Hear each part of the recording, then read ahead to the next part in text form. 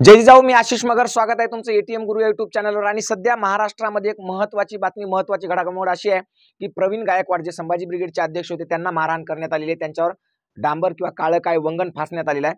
आता मूळ घटना जी आहे त्या घटनेला वेगवेगळ्या दृष्टिकोनातून वेगवेगळ्या मीडिया चॅनलनी दाखवलं, पण याच्यातलं मुख्य कारण काय आहे? तर मुख्य कारण एक आणि एकमेव आहे, भटानी कुत्रा सोडलाय आणि तो कुत्रा आता बहुजनांना चावत सुटलाय. अगदी स्पष्टपणे, म्हणजे ताकाला जाऊन भांडं लपवण्यात काय अर्थ नाही. का म्हणतोय मी असं ते सुद्धा तुम्हाला सांगतो. आता बघा, याच्यामध्ये दोन कारणं दिलीत महत्वाची. एक तर मारणारा कोण होता म्हणे, शिवप्रेमी होता म्हणे. आता शिवप्रेमी म्हणजे काय? छत्रपती शिवाजी महाराजांवर प्रेम करणारा, छत्रपती शिवाजी महाराजांच्या विचारांना आदर्श मानणारा म्हणजे शिवप्रेमी. आता जो कुत्रा प्रवीण गायकवाडांवर तुटून पडला होता, तो कुत्रा खरंच शिवप्रेमी आहे का, ते पण आपल्याला पाहायचंय. दुसरी महत्वाची गोष्ट की संभाजी ब्रिगेड हे याच्यामध्ये संभाजी हे नाव आहे ते एकेरी पद्धतीने वापरले म्हणून त्याला मारहाण केली किंवा म्हणून त्याला काळा फसला असं जे म्हटलंय, तर ते खरंच एकेरी नाव असावं का नसावं, या दोन्ही गोष्टी आपण या आजच्या व्हिडिओतून पाहणार आहोत. पहिले जो कुत्रा यांनी सोडला होता तो कुत्रा पहा. तो कुत्रा कोण आहे? तर तो कुत्रा कोण आहे? हा एक कुत्रा, तो ज्यांनी जे सोडलेला कुत्रा होता ना, तो आहे दीपक काटे नावाचा. काटे नाव आहे त्याचं. काटे, काय नाव आहे? काटे. आता पहा, आदरणीय संभाजी भिडे गुरुजी यांची भेट. कोण आहे? दीपक अण्णा सीताराम काटे यांनी लिहिले. आदरणीय कोण? संभाजी भिडे. भिडेचे किडे अधून मधून वळवळतात, तुम्हाला माहित आहे. भिडेंनी कोणत्या लायकीचे वक्तव्य केली माहित आहेत? बघा, हे या मानसिक विकृत माणसासोबत हे किडे आहे, किडे सोबत हे काटे आहे. काटे, किडे नाव पाहून घ्या तुम्ही. त्याच्यानंतर पहा, हे एका सत्ताधारी पक्षातल्या भारतीय जनता पार्टीचे प्रदेशाध्यक्ष माननीय बावनकुळे साहेब आहेत. त्यांच्यासोबत कसा बसलाय बघा, हा रुमाल बघा. म्हणजे हा नेमका कुत्रा कोणाचा आहे तुम्हाला कळेल. हे बघा इथं कागदावर सह्या घेताना, म्हणजे हा जो दीपक काटे आहे हा नेमका कुत्रा कोणाचा आहे तो तुम्हाला माहित झाला असेल. मग आता या कुत्र्याला शिवप्रेमी म्हणणं कितपत योग्य आहे? संभाजी ब्रिगेड हे नाव एकेरी आहे की नाही ते ठेवणं योग्य आहे की नाही हे तर मी सांगणारच आहे. पण पहिली गोष्ट, या कुत्र्याला शिवप्रेमी म्हणणं किती अपमानास्पद आहे. याच्यामध्ये छत्रपती शिवाजी महाराजांचा अपमान आहे. कारण याच्याकडं 28 जिवंत काडतूस सापडले, पिस्तूल सापडलं, ही त्याच्यावर केस आहे. फक्त त्या पक्षात गेला म्हणून सुटला, बाकी दुसरा काही विषय नाही, नाही तर सुटला नसता. आर्म्स ऍक्ट खाली जर त्याच्यावर गुन्हा दाखल झाला असता. 28 काडतूस. अहो, तुम्ही एखाद्याकडे साधा चाकू सापडला तर अटक करता, दाभण सापडलं तर अटक करणारे माणसं तुम्ही. काही नाही सापडलं तर त्याच्या गाडीत तुम्ही ठेवून त्याला अटक करता.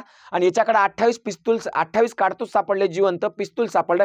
एवढंच नाही, स्वतःच्या भावाच्या खुनामध्ये, खून म्हणजे भोसकून मारलं त्याला, त्याच्यामध्ये याला अटक झाली, त्याच्यामध्ये याच्यावर गुन्हा सिद्ध झाला, त्याच्यामध्ये याला सजा झाली.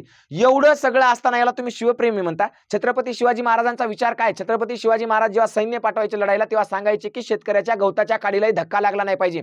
आणि हे शेतकऱ्यांच्या गवताच्या काडीला धक्का न लावू देणारे आदर्श विचार असणाऱ्या म्हणजे छत्रपती शिवाजी महाराजांचा हा शिवभक्त म्हणून स्वतःच्याच भावाला मारून टाकणारा.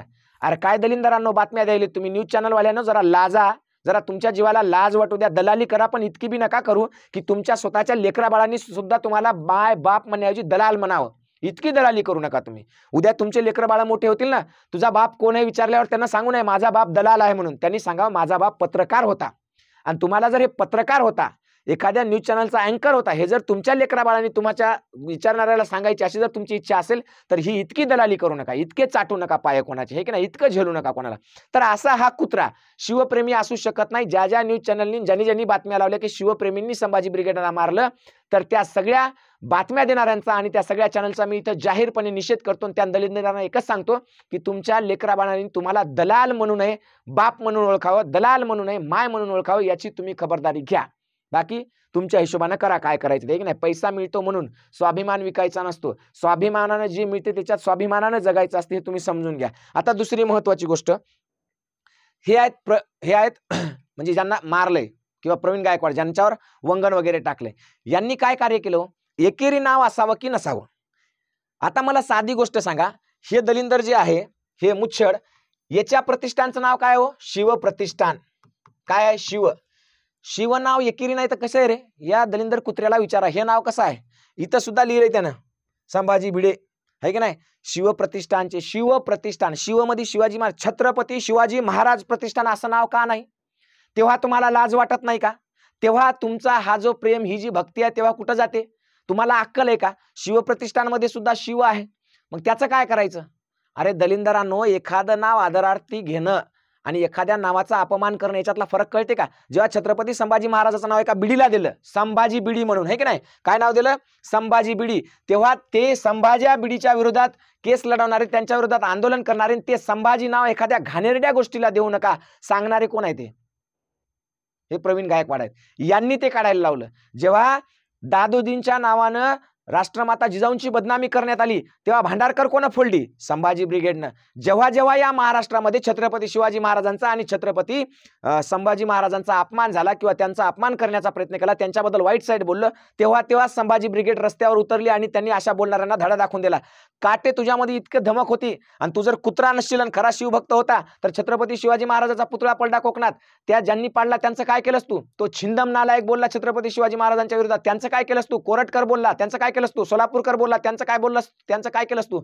तुला प्रेम काय नाही छत्रपती शिवाजी महाराजांशी. तू फक्त दलाल आहेस, कुत्रा आहेस, भूक म्हणलं की भुकलास. तू पैसे घेतले, दलाली घेतली आणि भुकलास, बाकी दुसरं तू काहीही केलं नाही. त्याच्यामुळे ह्या फालतूच्या गोष्टी आम्हाला सांगू नका. असे काटे फिटे, असे भिडे गिडे येतील जातील, पण हा छत्रपती शिवाजी महाराजांचा महाराष्ट्र आहे, डॉक्टर बाबासाहेब आंबेडकरांचा महाराष्ट्र आहे. हा छत्रपती शिवाजी महाराजांच्या विचारावर चालणार आणि डॉक्टर बाबासाहेब आंबेडकरांच्या संविधानावर चालणार.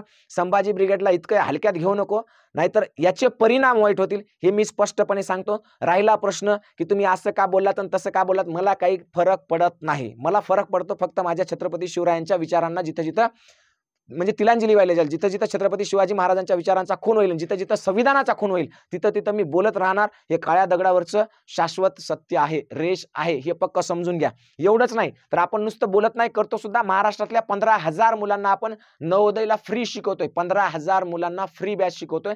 अजूनही आता नवोदयचे ऍडमिशन आपण बॅच आता कंट्रोल होत नाहीये म्हणून नवोदयचे ऍडमिशन जवळपास आता संपवलेत.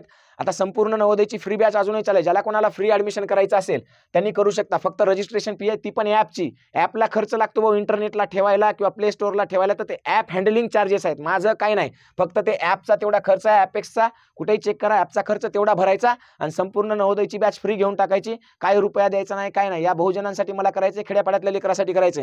संपूर्ण इंग्रजी व्याकरण आहे, खलसे सरांचं आहे, माझं नाहीये. खलसे सर शिकवतात, त्यांना जाते ते. 500 रुपयात आहे.